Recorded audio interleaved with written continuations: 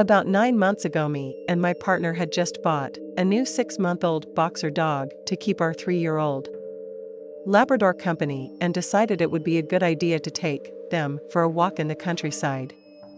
We live close to a large city called Hull in northeast England and decided to go for the walk in a ruralish area north of the River Humber that ran through to the sea. Upon getting to a village close to a local landmark, a World War II Army fort, we decided to walk close by and through the small patches of forest close to the nature reserve. We walked along a grass bunker toward the forest, and suddenly my partner pointed out 2 young men had began walking up the bank from the woods in a diagonal manner as if they were trying to cut us off. From close by, I wondered if the young men were attending some sort of World War II reenactment, as they were both wearing camouflage pants and were also covered in dust and dirt. I thought nothing of them both, as I was sure that they would pass us by, but as they grew closer it appeared they were aimlessly walking towards us. They were at least 10 feet away when they stopped, and one of them spoke up. The way he spoke still bothers me to this day, as he seemed to have a disregard for manners, or even trying to make sense. The young man wanted to know where we were planning on walking, and we told him we were not really sure and would just see where we ended up. The young man looked disappointed by this, and suggested we take his route, which went through the forest to what he described as a great place to sightsee and sit, as there were benches to sit down. While the young man was telling us about this, the other boy kept watch of our 2 dogs almost constantly, as if he wanted to make sure they were always in his sight at all times. We didn't have much knowledge of this area, and had not seen any other dog walkers, so we took the young man's advice after they pointed to an opening in the woods, and so we walked on. The woods cast out about 30% of the sunlight, and as I looked back I saw that the young man had not walked off, but were watching us walk into the forest. The track looked as though it was man-made, as it seemed to be the only walkable area throughout that forest. About 2 minutes into the trek our Labrador began sniffing behind a bramble bush, which at first we thought nothing of, as both dogs sniff everywhere they can when we walk them, but however she began sniffing in one spot and rolling on the floor. We went over to her, and saw she began sniffing some sort of shattered rubber pig mask with brown-red liquid on it. It looked disgusting. My partner forced the dog away from it, as it looked as though flies were crawling all around it. Further into the walk the woods had turned into a long path of trees and bushes that had become very narrow, but we could see it turn far ahead, and we agreed that if it led nowhere we would turn back. I walked ahead and was on my phone preparing to take a photo of the woods when I felt several small pricks in my neck, chin, and part of my face. I let out a gasp to alert my partner, and he told me to stand still in an alarmed way, followed by him carefully removing thin pieces of string away from my face. As it turned out, someone had tied fishing hooks on lines to a tree in the walkway. It's safe to say that we were both terrified, confused, and angry after this point, and hurried back to the car and left back to home. I don't want to sound cliché or anything, but as we drove off, I swear I could see someone through the back mirror peeking out to the road. Last year, I was hiking Shenandoah, Virginia. It was a planned 2-day hiking trip, myself and 2 friends. Late into the first day, one of my friends grew ill and decided to turn back. The second friend joined him, just in case it got worse. They told me to go on, and seeing as I'd been looking forward to the trip, I did. As evening approached, I came upon a clearing into the forest. On a table surrounded by tools and several cans of spray paint was an elaborate dollhouse. It was large, perhaps 3 feet tall. Its walls and windows were open, as if it had just been built and was drying. That lingering smell of spray paint still hung in the air around it. On the back of the house a photo had been affixed. It was a family picture, old, perhaps taken in the 80s.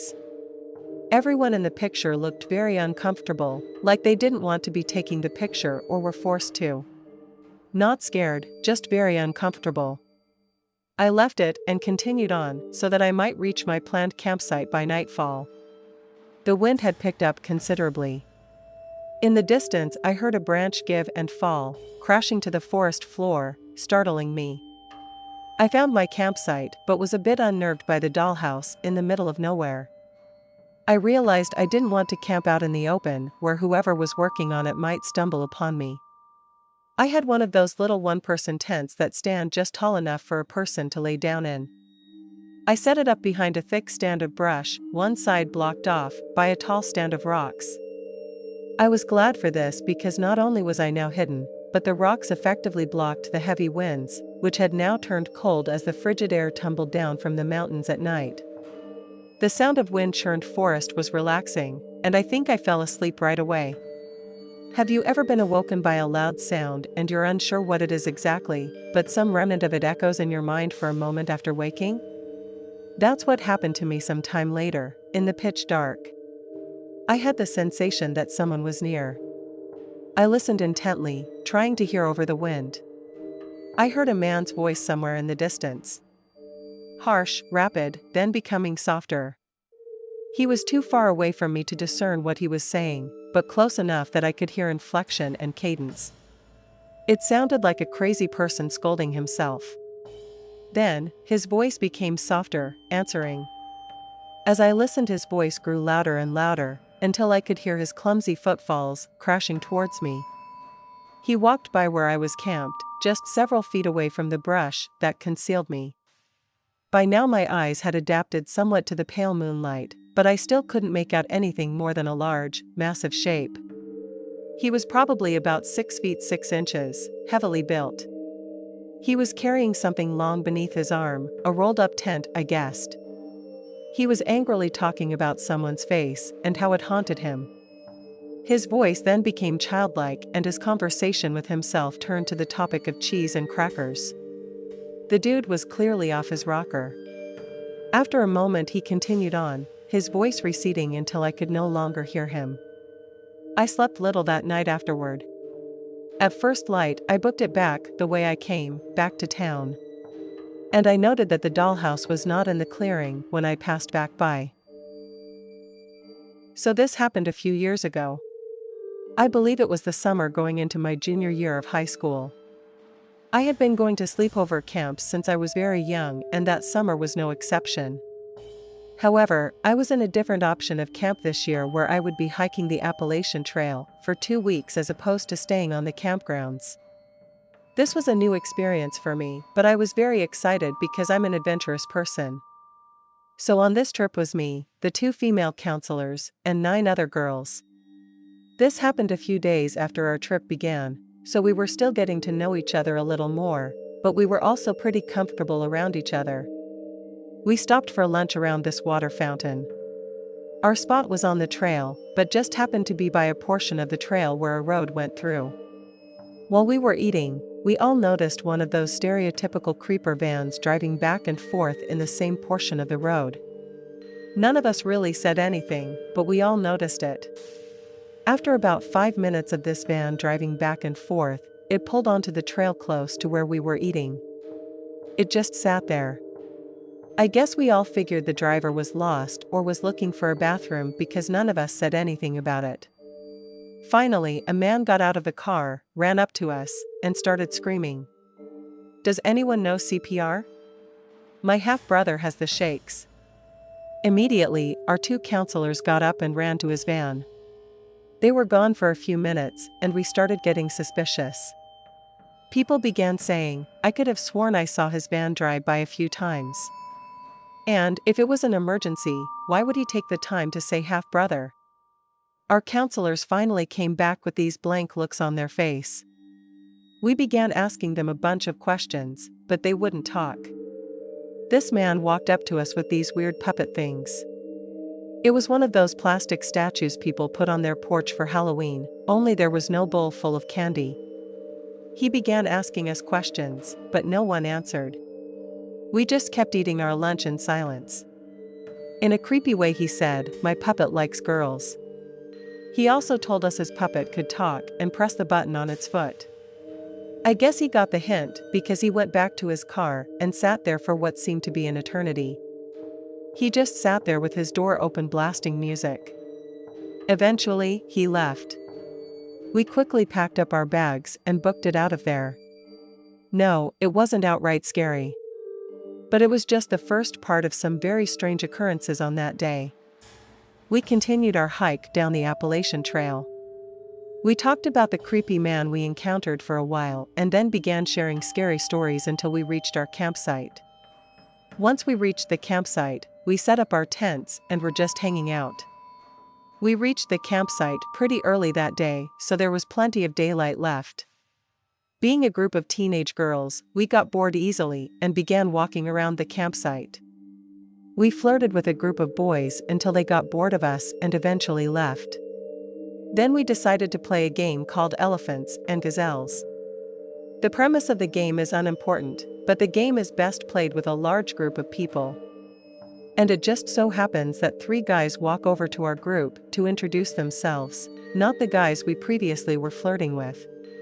Since they came over and seemed friendly, one of the girls in the group decided to invite them to play. This is when things got weird. During breaks in the game, people would share personal stories and just get to know each other more, even us girls who have been talking nonstop for a few days. Out of nowhere, one of the guys reveals that 2 of them are trans. Let me put it out there that I have absolutely no problem with people changing their genders. I believe people have the right to openly be who they are. But I just had to put that out there because I think it's weird. Not that they are trans, just that it came out of nowhere. They then began to talk about how they are trying to start their own reality show about 3 trans men who live in New York, and the 3rd member of their group who is not trans would just pretend to be on the show. Again, I just thought it was weird that they brought it up out of nowhere. I just found it kind of strange, especially since we barely knew them. Later in the game, I guess they were talking amongst themselves and start laughing loudly, and the one shouts, "That's funny, because your dad is in jail." I think everyone is just getting kind of uncomfortable at this point. To break the ice, I suppose, one of the girls begins telling them the story of the creepy puppet man we encountered earlier in the day. They start laughing and tell us it's their uncle who dropped them off earlier in the day. Eventually, they said they were tired and were returning to their tent for the evening. We were all relieved and went on with whatever it was we did. Later, when a few girls went to the bathroom, they walked past their tent. On their way to the bathroom, they said that they heard them singing Justin Timberlake songs. And on the way back, they heard one of the guys yell, "Tickle fight." It rained very hard that night. The next morning we woke up and their tent was nowhere in sight. We were very surprised because we typically got up around sunrise. Right before we left the campsite, I saw a piece of paper folded up on a stump near our tent. It read, "We got rained on and peed our pants. We will miss all of you. The great friendships we had. Heart, the creepy guys who get no respect." I just don't know what was worse. The fact that they were just weird and told us all of those things for no reason, or that they were related to that creepy puppet guy. A 33-year-old female from Los Angeles. 3 years ago, my boyfriend and I, as planned for 5 years, turned 30, sold everything we owned, including my car, took his Trailblazer, and decided to just travel around the States and Canada.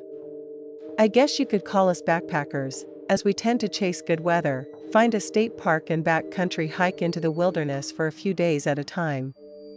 My brother likes to joke that we are anti-establishment hippies. We don't necessarily live off the grid, but between the 2 of us, we have one prepaid phone we use for emergencies or checking in with family and friends, and one MacBook which I use for work. I am a freelance writer and content creator, and I am on retainer with a robotics company. I mostly write boring white papers on web content. The whole point of our living situation is to live debt-free and have as few bills as possible. I only use free Wi-Fi, so 1 to 2 times a week we have to go to a city with a Starbucks. This background info is only important so you know more about who we are and how simply we live. Neither of us is involved with social media and know very little about different programs like Instagram or using the apps. Last summer we decided to do some backcountry hiking in Arkansas. It's one of those states you don't ever really hear about other hikers visiting, but we read that it had some beautiful natural landscapes. And it does. The rules at this particular park were pretty lax. We didn't need a permit. There were a few basic laws and guidelines, but there was no check-in needed. We had all the basics and had planned to do a 6-day hike, 3 in, 3 out. The whole time we were out there, we didn't see or hear another soul. But on one day, we were prepping to move off trail and find a camping spot as it was getting near dusk. 1/2 mile off trail is usually the standard for us. We took what looked like kind of an animal trail, and about 1/2 mile out, we saw a green 2-person tent. It was almost camouflaged in the foliage, so we came on it almost by accident. Some backpackers prefer privacy, others are more social. We're the more social type. We've had some great experiences camping near other backpackers, sharing stories, food, and just building relationships. We were around 30 yards away from the tent. It was zip closed, so my boyfriend shouted a greeting to make our presence known. No movement and no sound. We assumed green tent guy either wasn't around or didn't want to be bothered, so we started off in a new direction to get some distance between us. Never heard a peep. We moved along the next morning, completely forgetting about green tent guy until nearing the end of the day, 5 on our trek back. We were again looking for a spot to camp off the trail when we came up to the green tent again. This isn't that unusual, but normally backcountry hikers keep moving, so we really weren't expecting it. The tent flap was open, so my boyfriend yells his greeting again and nothing. My boyfriend wants to go check it out, saying it's weird and maybe someone is hurt. I didn't like the idea from the get-go, because even though we hadn't had any bad experiences personally, we've heard enough stories from other backpackers about hermits and mountain men that want privacy, carry guns, etc. But my boyfriend assured me that we'd be fine, and if all else fails, offer him some smokables to keep the peace, and we'd go on our way. As soon as we get within 20 yards of the place, the smell of decomposition is intense. My boyfriend has been hailing his greeting over the last 20 yards, and once the smell hits him, he stops and turns, and says to me, "What if we find a body?" My skin crawled. I was immediately afraid. I have never seen a body before and don't want to. The closer we got to the tent, the worse the smell got. I knew for sure we were going to walk in and see some old camper's rotting corpse. What we found was worse than that. Outside the tent was a dead doe's legs. All 4 of them covered in flies. It looked like the legs had been cut most of the way and then ripped off the rest of the way. It was a mess. Inside was the body and head of the deer, but the middle portion was swaddled in a blue fleece blanket that was blood-soaked at the bottom where the legs used to be. It was lying on its side, bottom facing the tent entry. The tail had been cut off and the orifices were covered in dried blood and agape, like something had been penetrating it. The same with its mouth. The bottom portion was bent down at a scary broken-looking angle. The tent was open so we could see everything without having to go inside. Not that we could have anyway, because at this point the smell was almost debilitating. There was a dirty, almost empty clear bottle of Jergens baby oil and a stained green and white fringed kitchen towel. That was it. I immediately started crying and begged him to go. All my boyfriend could muster was, "What in God's name?" We turned and ran. We ran into the trail and dropped down for as far as we could until dusk was fully on us, and we had to set up camp. We didn't go very far off the trail, and neither of us slept. We didn't start a fire or use headlamps after full dark. We just sat up whispering to each other, going over and over what we had just seen. Every little noise startled us. It was like our brains were on red alert. I kept thinking that at any moment this dead deer having man would come back to his tent, see our footprints or something, know where we were and track us back to our tent. I've never been so scared in my entire life. Just before dawn we tore down and started out. My boyfriend stopped at the ranger station on our way back out of the park to report what we had just seen. The ranger was a young guy around our age, and he looked as freaked out by our story as we were telling it. He wrote most of it down, and my boyfriend showed him on a map approximately where it had been. We asked if he knew how the deer was killed, and at that point we hadn't even thought about it. We just assumed it had been shot, but because of the blanket we didn't see a wound, but we weren't exactly giving it an autopsy either. We have since shortened our backcountry hikes to a maximum of 4 days. We've also been a lot less eager to call out to other campsites, and had never approached another unmanned tent again. This happened about 6 years ago. I was about 12 and my brother was 26 at the time. My brother had been serving in the US Army for several years when this happened and was deploying to the Middle East on his second deployment if I remember correctly. Also of note was that he is a Green Beret and had recently, 3 or 4 months prior to this trip, completed the Army Special Forces qualification course, Robin's Sage and all that, and by then was an active duty Special Forces engineer sergeant. Definitely not someone you want to mess around with. Given that we both grew up with a passion for the outdoors, he thought it would be nice to take me on a backpacking trip in northern Alabama, the Sipsey Wilderness for those unfamiliar with the area, before he left for 9 months. The trip had gone smoothly up until the third night we were camping out. Around 8 p.m., we had our camp set up, eaten dinner, and were sitting by the fire, talking about typical boy crap like guns and girls. For some reference, our spot was about 50 yards from a large stream, and about 50 yards downhill adjacent to the large path. Our camp, the stream, and the path formed a triangle of sorts. This was summertime in Alabama, so it wasn't quite dark yet when 2 guys, who looked to be in their late 20s, wandered up and asked if we had seen any hogs while we were hiking around. Given that this is rural Alabama, we actually had seen some farther into the wilderness area, and told them so.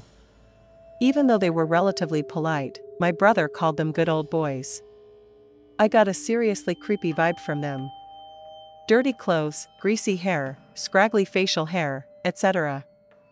I think they probably looked like they belonged in the movie Deliverance. They kind of hung out for a few minutes, maybe a little longer than they should have.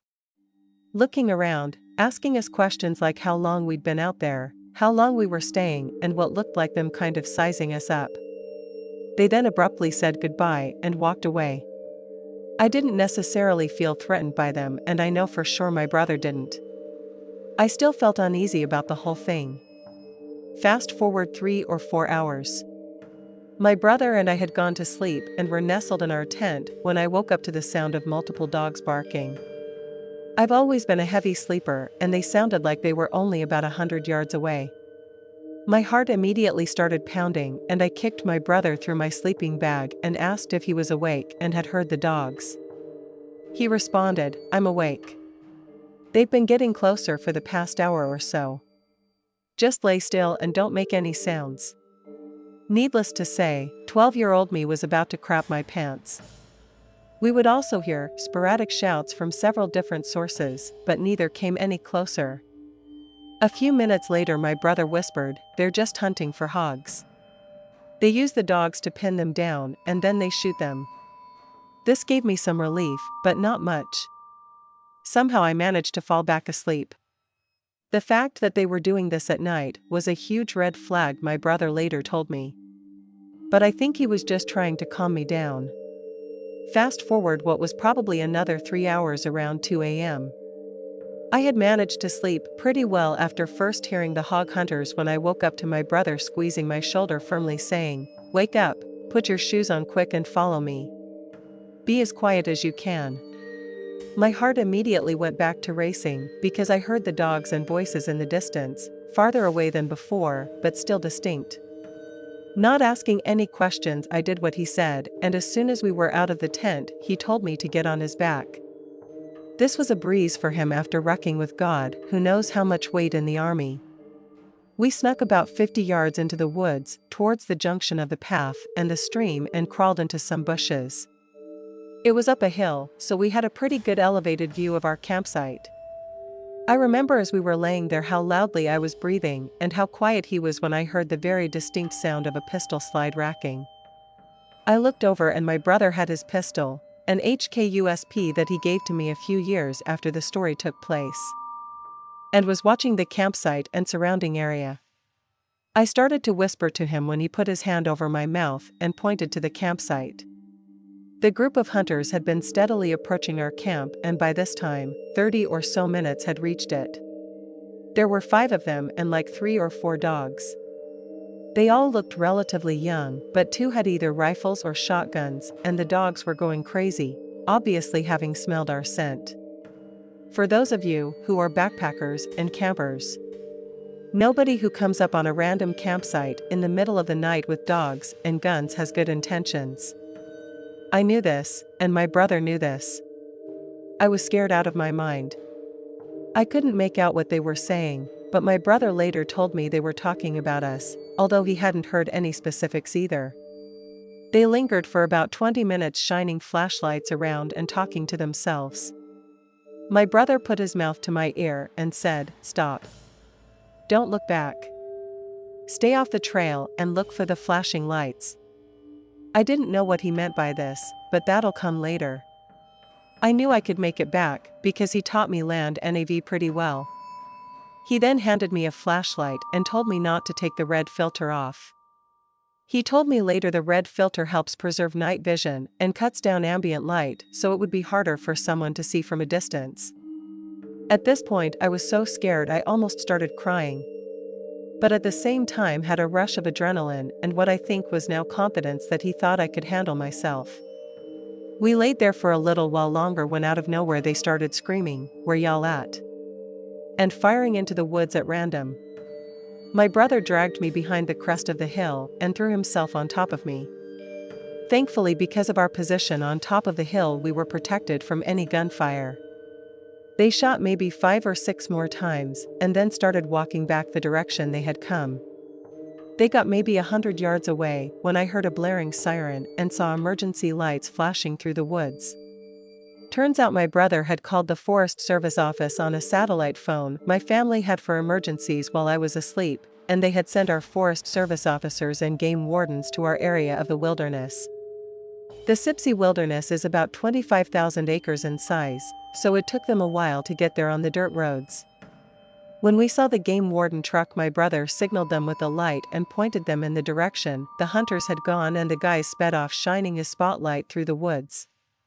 As soon as they were all gone, we went back to our camp, packed up our stuff and waited by the path for the game warden to come back, who then gave us a ride in his truck bed back to the main staging area. On the drive back, my brother told me how brave I had been and that we would talk about it with our parents the next day if I wanted to. I asked them not to do that because I thought they might never let me go camping again. My friend was solo hiking the Appalachian Trail. For those of you who don't know, this is a fairly popular trail and there is a whole community built up around it, with beer and food made available at popular camping spots. In fact, another friend met his wife while he was solo hiking the trail, so knowing about this sense of community, my friend believed that she would be safe on her trek. For the first 3 or 4 nights, she camped with different groups of people she met along the way, and everything was fine. They camped and told stories, drank some beers, smoked, made s'mores, the cliché camping activities. The first night, she decided to stop and camp at a spot without anyone nearby was kind of weird. She was a little nervous, but wrote it off as nerves and the fact that she had such a good time surrounded by those other people. She spends the next 3 nights camping by herself, and each night, the feelings of nervousness were getting worse and worse. It crystallized into a feeling that something was watching her. She also thinks that some of her things aren't in the exact place in the morning. She had left them the night before, but isn't sure about that. The feeling gets so real that she purposely makes her camp with other people for the next couple nights. Feeling silly about it, she camps by herself again the next night. She doesn't know why, but the feeling is back and so severe that she calls off her attempt to solo the trail at the next town. She makes it home and makes up an excuse about spraining her ankle because she feels so ridiculous about calling off the hike due to a feeling. A couple weeks later, she is feeling nostalgic about the trip and starts going through the pictures of the hike on her digital camera, which she hasn't touched since she returned home. She sees the picture she remembers taking of scenery and the people she met from her first days of hiking. Then, a picture of her sleeping in her sleeping bag inside her tent. Weird, but someone she met must have picked up her camera and taken the picture as a joke because she can't see anything to distinguish the night or the campsite. Then, more pictures of her asleep in her tent, and this time she recognizes the campsite as one where she was camping by herself. As she flips through more and more of these pictures, she realizes that there are pictures from every site where she camped by herself of her asleep in her tent. Needless to say, she set aside her dream of solo hiking anything.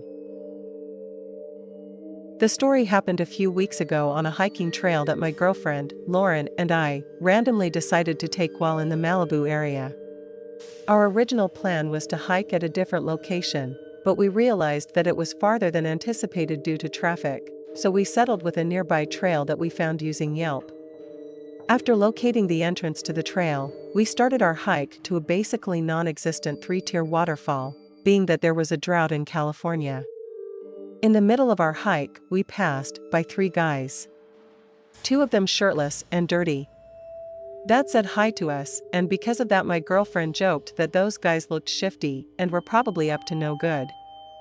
For that reason, I handed my girlfriend my spare knife that I always take with me for safety measures. After we reached the fall, we turned back. As we were hiking back, we heard the sounds of leaves being moved and stomped on aggressively in the direction of the ravine by the trail. This caused us to stop and turn to look at the direction where the noise was coming from. I told Lauren, "Be falling since there was a couple of trees that had their roots exposed, I think making it easier for them to fall." She responded by saying, "Blair, that doesn't sound like a tree falling." Shoo. The swoosh swoosh noises started getting louder and more frequent as whatever was making the noise was getting closer to where we were and sounded as if it was going to go up the ravine towards us. The minute I saw some tall plants moving as if though someone shook them near where we were. Told Lauren to run. We both started running while whatever was making the noise started chasing after us through the ravine. At one point, it sounded as if though it wanted to cut us off from the only path that leads out of the trail. In the middle of the sprint, I thought my girlfriend should be in front of me since I knew she was a sprinter and is lighter than me while I'm an endurance runner and weigh far less than her. I turned quickly and yanked her arm and pushed her in front of me and told her to keep running. As we ran away from the scene of where this happened, I did what people in horror movies do, where whoever is running keeps looking behind them to see whatever is chasing them has stopped. Big mistake, because when I looked behind me, I saw a bush taller than me. I'm 5'4", move aggressively, and I just quickly turned around and ran faster. By doing this, I didn't see that there was a dip, and injured my recently recovered sprained ankle, slowing me down. Lauren slowed down, but I told her to keep going until finally she stopped. We looked around where we were and started drinking water and talked about what exactly happened. We tried to remain calm as we walked the rest of the trail, telling Lauren to take out the knife I gave her while I took out my dinky pocket knife. I started discussing with her if something were to happen and she was to remain in front of me since I knew I would slow her down. We both agreed that she would be able to reach for help faster than I could while I hold up a fight better since I practice martial arts. As we walked the rest of the trail, I joked to Lauren that this type of crap is where your sprinter genes come in handy. And at that moment Lauren sprinted as we heard the swoosh swoosh noise again. We ran as fast as we could away from whatever was following us. This part makes me laugh as when we were running down the trail, up ahead we saw these 2 guys. Lauren had already put away her knife while I was running behind her, telling her to stop while I had the dinky pocket knife out. Right away, I tried to hide the knife so I wouldn't look like some crazy chick trying to chase another trick. Down with a small knife. We walked the last mile out as we felt safe since we started seeing more foot traffic and people with their dogs going towards the falls. As we exited the trail and hit the streets we drank water and discussed what the heck just went on. Lauren speculated that maybe it was one of the 3 guys from earlier and that one of them hid in the other side of the ravine to creep us out. To this day, we don't know exactly what it was, but the closest thing we could think of was that it was a dog. Possibly have been a coyote. After researching a bit about the area, we found an article talking about how one was spotted a couple of months back. However, I don't believe it was a coyote. I just convinced Lauren that it might have been one since she gets scared easily about things like this. Whatever it was moved too quickly and heavily as it chased us until we got out of the trail. And whatever it was big. My family has some property that backs up to Carson National Forest in New Mexico. It's been in the family for years, and my sister and I both spend our summers up there. It's gorgeous. Well, it is for people who lived out in far west Texas. Nice and green, cool mountain air in the summer. It was always a relief to get up there and away from the dusty ranch. My dad was ex-military, and having 2 daughters, let's just say we did lots of outdoor stuff. He taught us survival skills and how to defend ourselves. We hunted and fished and did lots of camping and hiking. To us, it was always a fun time, but I guess he felt the need to pass on his skills to us. We spent several weeks in the summer up there hiking with him and exploring the old cabins, mining communities, and checking the big ditch project that was built for Red River back in the late 1800s. I think that's the correct date for that project, but I'm not sure.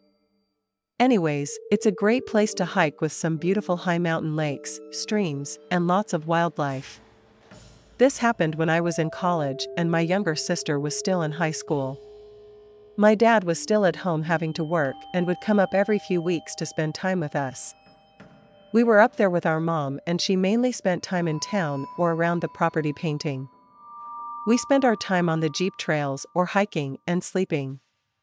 It was late June, maybe early July I think, and we had decided we were going to hike up to Lost Lake. It's one of my favorite lakes up there because if you look at it from a certain angle, it looks like a heart. We set off in the morning and were prepared. We both had a small pack, our water, some snacks, and we both had a small hammock we planned to set up once we got to the lake so we could just enjoy the area for a while. I will admit to being an outdoor type, and swear when it's quiet enough, you can hear the trees talk. We also both always carried a knife when we hiked. My dad always insisted we have something, just in case an accident happened or we just needed it. The hike was going good. Since the summer cabin is pretty far up the valley, we just set out on foot to the trailhead. To get to Lost Lake, you take another trail that goes up to Middle Fork Lake, then you break off that trail for Lost Lake. We run into a few other hikers, but they are going to Middle Fork Lake, and we were pleased because it looked like we could possibly have Lost Lake all to ourselves. It's a pretty good lake with some long switchbacks at the end, but totally worth it because the lake is just beautiful and a very pretty emerald green in color. We got there and saw that we did have the lake to ourselves. We hiked around the lake and decided to hike back a bit and to find a good spot to set up our hammocks. We walked into the tree line, and first thing my sister said was, "Do you smell that?" And yup, I did. It was a dead animal with a strong scent of blood. We had both done lots of hunting and knew that smell. And that's when I saw it. It was a deer carcass. But what was around it was what disgusted me. Placed around the deer carcass in a circle were its organs, entrails, etc. But it wasn't like it was being cleaned. It's like they were placed in a certain arrangement, with little piles of rocks in between everything. Now I know how some people get disgusting with their kills, and I've had some guys try to gross me out, but I don't fall for crap like that. But this made me uneasy. It wasn't just being cleaned. It was like it was set up in a certain meaning, or it had meaning. I step back from this weird circle, and then my sister starts to say my name but stops because then we see the guy who had done this, and he looks like he just climbed out from inside the deer because he is covered in blood and doesn't have much clothing on. At first, I thought he didn't have anything on, but honestly I didn't try to check him out much. He was standing back away from his gruesome little circle, just standing close to a group of trees that were pretty close together. He was maybe 20 feet from us. I think he was maybe trying to hide. Not for sure, but my dad had always taught us that if we ever found ourselves in a situation where we didn't feel in control, to do everything in our power to try to take control of the situation. Do something that is going to take the other person by surprise. Don't do what they expect you to do. So this was raging through my brain, and I also could tell my sister was about to freak out, so I stepped up and said, "Hey, pretty good kill you got there. Did you use a bow?" The guy just stood there, his eyes all crazy wide like he was stoked out of his brain on planet Pluto. So I'm thinking, great, we ran into a guy getting his hunt on, and he had lost it and was getting blood crazy with his deer. He was staring me down, and I was staring right back, and my sister was getting ready to run. I still don't know what came over me, but I then put my hand on my knife that I kept on my waist just to show him I wasn't completely helpless. I don't know why I did it, but something told me to let him know that I wasn't going to back down or be afraid. I kept eye contact with him. I would guess he was maybe in his early 30s, but I am bad at guessing people's ages. He was pretty dirty though. You could tell that even with all the blood he had everywhere.